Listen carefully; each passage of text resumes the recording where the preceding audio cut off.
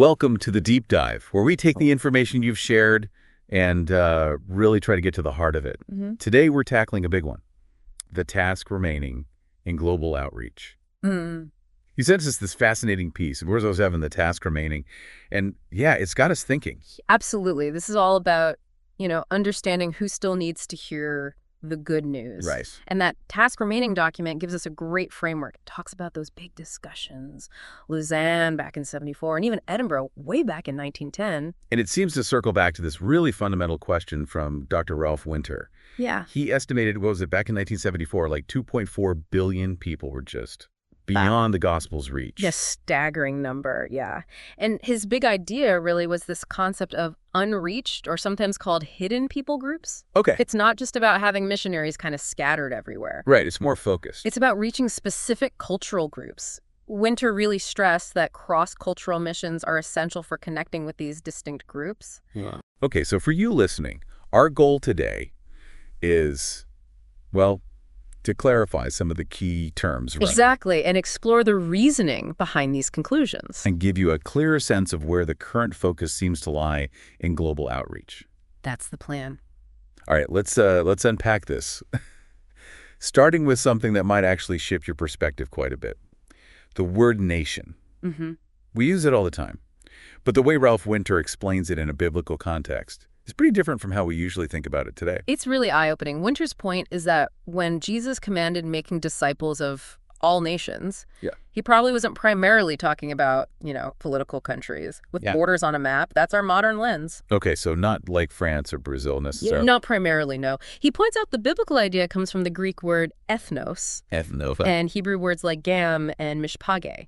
And these point more towards ethnic units, people groups, tribes, even extended families. Huh.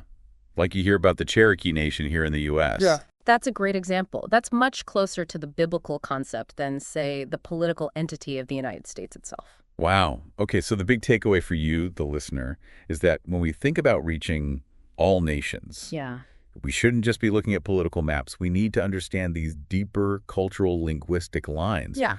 That changes everything, doesn't it? It completely reframes the task. And if you look back, this distinction is pretty significant. In the Old Testament, that word gam shows up like 1,800 times. Wow. And it often means a people, a specific race or tribe, a family unit. And mishpar, like in Genesis 12:3, in you all the families of the earth shall be blessed. It primarily means family or kin.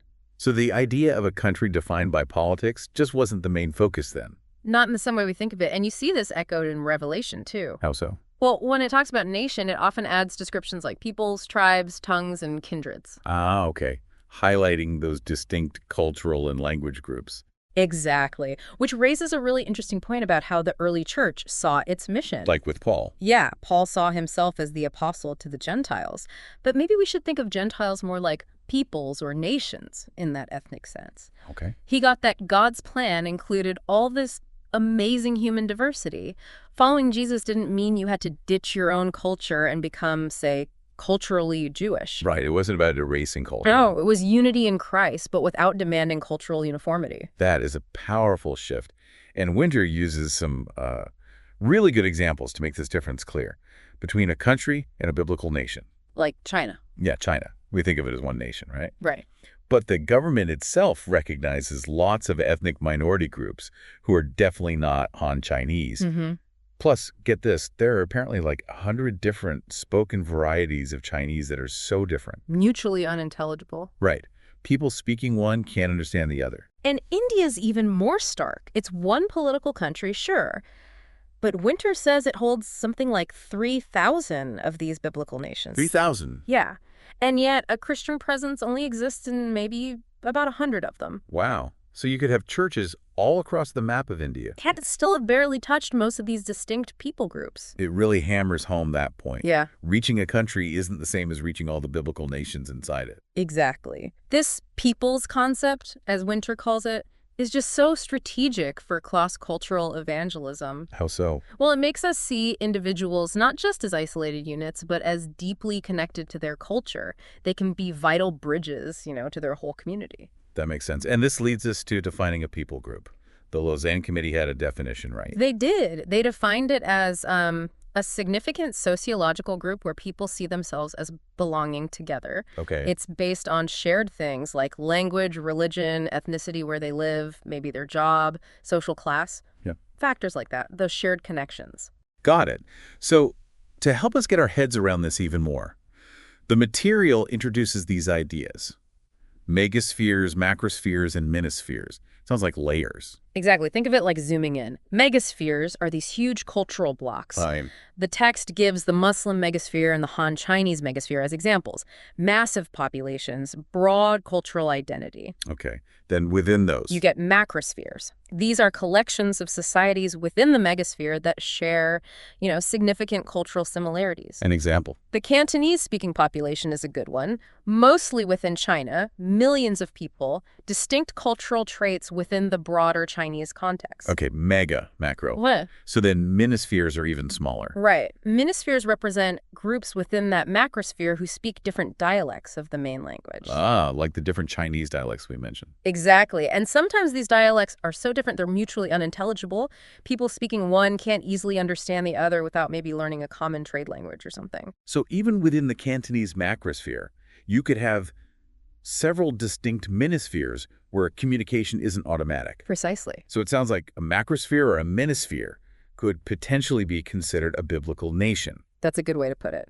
But the key is, neither one necessarily lines up neatly with political country borders. Not at all. And it suggests that for really effective outreach, we might even need to think smaller sometimes, like microspheres based on clans or families, though maybe not every single one needs its own separate church. Yeah, the principle is about identifying the meaningful cultural and linguistic units. So understanding these spheres helps us pinpoint the specific nations, those minispheres, that still need reaching. It really does. It helps shift away from just political maps towards a more culturally and linguistically precise view, which again seems much closer to the biblical idea. Okay, so this understanding of people groups, it naturally leads to different ways of sharing the gospel, right? Which the text calls E1, E2, and E3 evangelism. Yes. These basically describe the cultural distance the evangelist needs to cross. How does it work? Well, remember those minispheres. If a minisphere has, say, a cross symbol in it, in their diagrams, that means there's an indigenous church there. Indigenous meaning? Grown from within that culture. Exactly. Grown and developed from within that specific group. And E1 evangelism is what happens inside that same minisphere. Yes. E1 is like near neighbor evangelism, reaching out to people who share the same dialect, the same general culture. The main barrier there is often what they call the stained glass barrier. Really? That kind of disconnect or perceived distance between the church folks and the folks outside the church, even though they're culturally similar. Okay, makes sense. So E2 and E3 must involve crossing bigger cultural divides then. Definitely. These are the cross-cultural approaches, coming from outside that specific cultural group. To reach the minispheres without a church yet. Right. E2 and E3 require learning a new language or dialect, navigating different cultural assumptions. It's significantly harder, more complex than E1. What's the difference between E2 and E3? Is there a clear line? The text doesn't draw a super sharp line, but the diagrams they use suggest E2 often involves crossing a language barrier, while E3 might involve even bigger, more complex cultural differences beyond just language. Okay, so maybe moving to a completely different language and a really different worldview might be E3. That seems to be the idea, yeah. Greater cultural distance. And in these unreached minispheres, the goal isn't just a few converts, but establishing a viable church. What does that mean? Good question. A viable church is described as like a minimum but adequately developed indigenous Christian community. Okay. It needs to be able to evangelize its own people without needing constant outside cross-cultural help. Self-sustaining. Right. It usually means having a core group of congregations that are actively sharing their faith and having at least a good chunk of the Bible translated into their own language, ideally by people from that community. So just a few scattered believers wouldn't count. It needs to be a reproducing community. Exactly. And the Lausanne Committee mentioned maybe 20% practicing Christians as a possible indicator that a group might be reached. But that's just a rough guide. Yeah, the real key is the viability of that indigenous church itself. Can it stand on its own and reach its own people? And this whole idea of E2 and E3 going to people groups without a viable church, that really connects back to Paul, doesn't it? Going where Christ is not named. Absolutely. That's the heart of it. Which leads us nicely into clarifying the difference between just general evangelism and missions, and then this extra layer, regular versus frontier missions. Feels like we're really zeroing in. Yeah, these distinctions are helpful. The text clarifies that an evangelist typically works within their own minisphere, even if they travel far geographically. But they're still culturally home. Right. Missions, especially this idea of frontier missions, specifically involves crossing those significant cultural barriers to connect with unreached groups. And there's a matrix, figure 7-4, that helps visualize this, based on cultural distance. Yeah. Sadly, we can't see it, but it basically looks at two things. Yeah. How culturally different is the messenger from the person they're trying to reach? And how far is that person from the nearest culturally relevant church? Okay, so quadrant 1 is? That straightforward E1 evangelism. Same culture messenger, viable church already exists in that culture. Simple. Got it. Quadrant 2. That's labeled regular missions. This is cross-cultural work, so the messenger is from outside. Okay. But they're working among a people group that's already considered reached. There's already a viable indigenous church there. So maybe helping an existing church, but still cross-culturally. Exactly. And then quadrant 3 is the big one, frontier missions. This sounds like the main focus for the Unreached task. It is. Frontier missions is cross-cultural evangelism, messenger from outside, going to a group where there hasn't yet been that missiological breakthrough. Meaning no viable indigenous church yet. Right. Yeah. This is where you need to plant that very first seed, establish that initial community. It's highlighted as the most strategically vital task. And regular missions acknowledges other cross-cultural work without taking away from the priority of frontier missions. Precisely. The defining thing for frontier missions is crossing that cultural boundary into a group with no self-sustaining church of its own yet. It's about that initial breakthrough. Okay, we've talked a lot about these cultural barriers in theory. Now, the text gives us a clearer picture of what they actually look like. Language seems like the obvious starting point. For sure. Language is often the most visible barrier, isn't it? Someone speaks a different language, they're clearly foreign. Yeah. But the text also stresses, like we said, that even different dialects of the same language can be huge barriers if people can't understand each other. Right, the mutual unintelligibility thing. Yeah. Which is why you often need separate Bible translations, even for different dialects. The estimate mentioned is, what, over 4,500 language groups still needing translation work? Wow. And that Cameroon example is pretty powerful. Isn't it? Official languages are English and French for government business, Right. But in people's homes. 183 distinct regional languages and dialects. So just because there are English or French churches doesn't mean the country is reached in terms of all those linguistic nations. Not even close. Political borders just don't equate to evangelistic reach. And that idea of Joel Garreau's 9 nations of North America, even with shared English, you have distinct regional cultures. Yeah, different values, different ways of seeing the world. It suggests that even within one language, you might need tailored approaches. So beyond language, what other barriers does the text highlight? Social barriers. Big time. Things like divisions based on race, job type, education level, how much money someone has. Even inherited things like India's caste system. The caste system, that must be a huge one. Incredibly powerful. The text notes that historically in India, the church drew heavily from lower castes. And for someone from an upper caste to become Christian, well, it could mean losing everything. Social standing, family ties. Even if they speak the same language as lower caste Christians.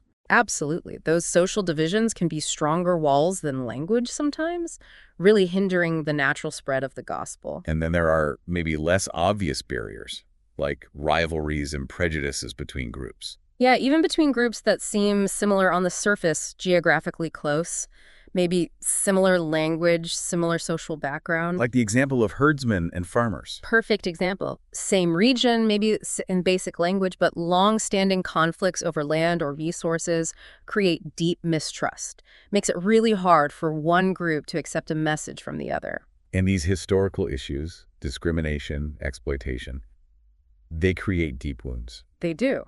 The text lists examples globally, racial tensions, class discrimination, all underscoring why sometimes you need E2 or E3 evangelism.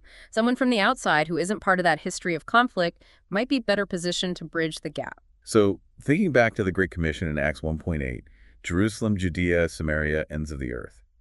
It wasn't just about geography. Exactly. The text offers this really compelling view of it as a cultural progression, too. How so? Jerusalem was the Jewish center, right? Judea was kind of the Jewish fringes. Samaria, well, that was a mix of Jewish and Gentile heritage with a lot of historical bad blood. Right. Jews and Samaritans did not get along. Definitely a major cultural barrier, even though they were neighbors geographically.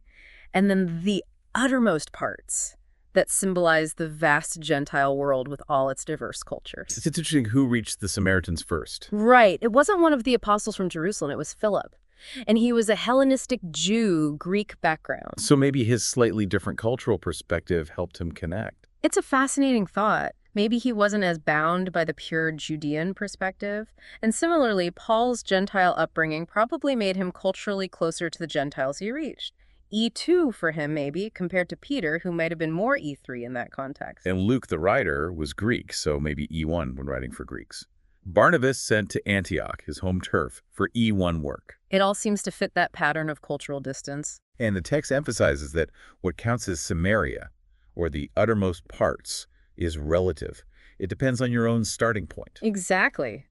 Figure 7-5 apparently shows the cultural distance between Highland Quechuas in Peru and other groups, like North Americans, Koreans, even the mestizos within Peru. Ah, the Mestizo Quechua example. History of exploitation creating a Jew-Samaritan type dynamic. Yeah, despite being geographically close, that history creates huge barriers.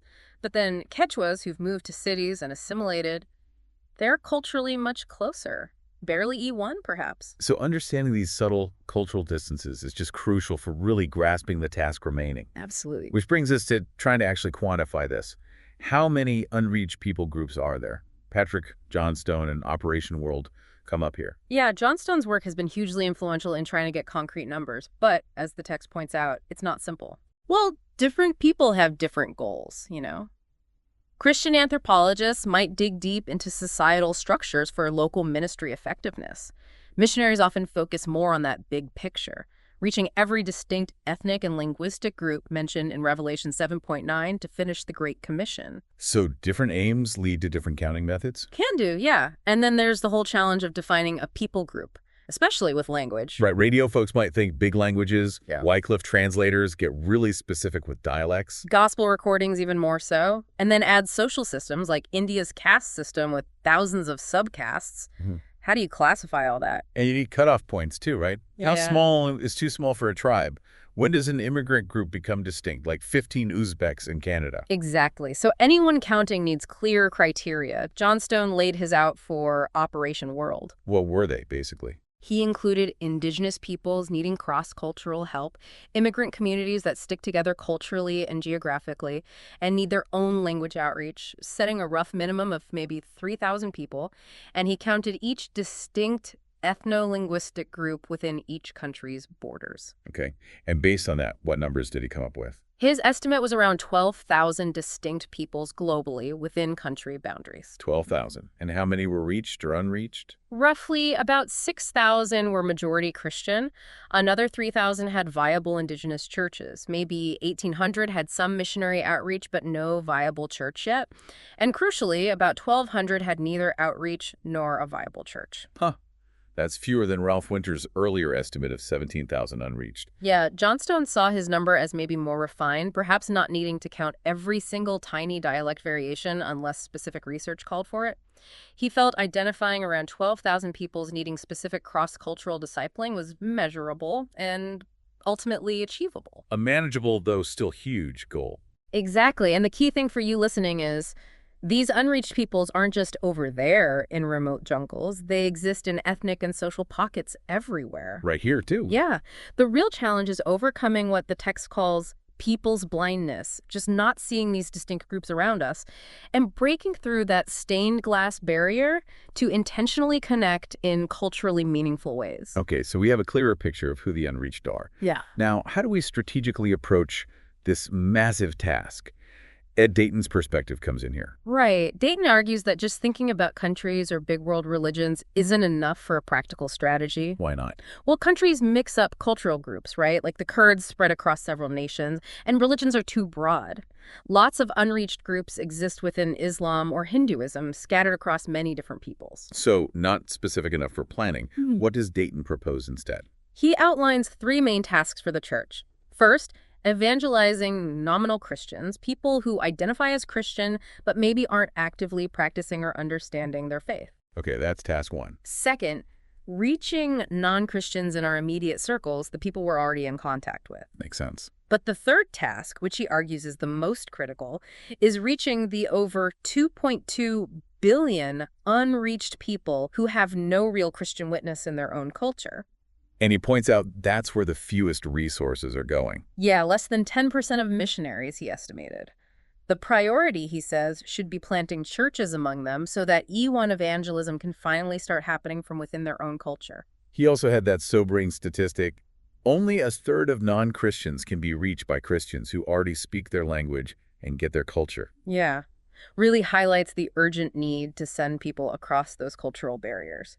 Like Romans 10 says, how can they hear without someone preaching to them? So Dayton's three tasks help prioritize resources and people. Exactly, and it reinforces that idea. Yeah. The task is best tackled one people group at a time. Okay, another really influential strategic idea is Lewis Bush's focus on the 1040 window. Yes, the 1040 window. This is a specific geographical region he identified as absolutely critical. Where is it exactly? It's that band across North Africa and Asia between 10 degrees and 40 degrees north latitude, from, say, West Africa and Southern Europe, all the way across the Middle East, India, Southeast Asia to Japan.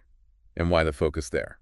Because, Bush argues, that's where the vast majority of the world's unreached peoples live. Muslims, Hindus, Buddhists, billions of people with the least access to the gospel. If we're serious about reaching everyone, he says, this window needs major focus. He gives several reasons for this focus, right? 7 key ones. He does. The first is its biblical and historical significance. How so?